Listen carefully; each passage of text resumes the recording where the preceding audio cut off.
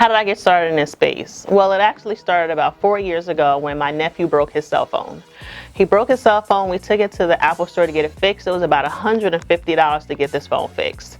Within 3 weeks later, he broke the phone again. I was a little upset about it, so I said, listen, we're going to put a screen protector on this phone because we just paid for it to get fixed. I started to feel bad within a month or so with my kid walking around with a broken phone. So I began to go on YouTube and look at Amazon for parts to repair it. I ordered multiple parts and broke the phone worse, but within a few weeks of getting additional parts, I was able to successfully fix the phone. My nephew was so excited, he went to high school telling all his friends about it. Next thing you know, I became the neighborhood local fix-it person for our community. After fixing a few phones in the community for probably about 3 to 6 months, I began to do more research about this industry. This is an industry that I learned was a multi-billion-dollar industry.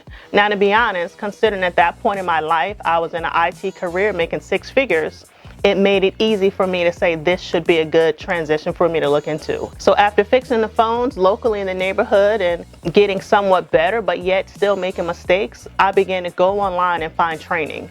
I found this company, CellBotics, which now I am a proud partner of because I took this training 4 years ago to improve my skill set. So now I am a trainer in the Philadelphia area that's able to teach you everything that I've learned and to help your business become successful.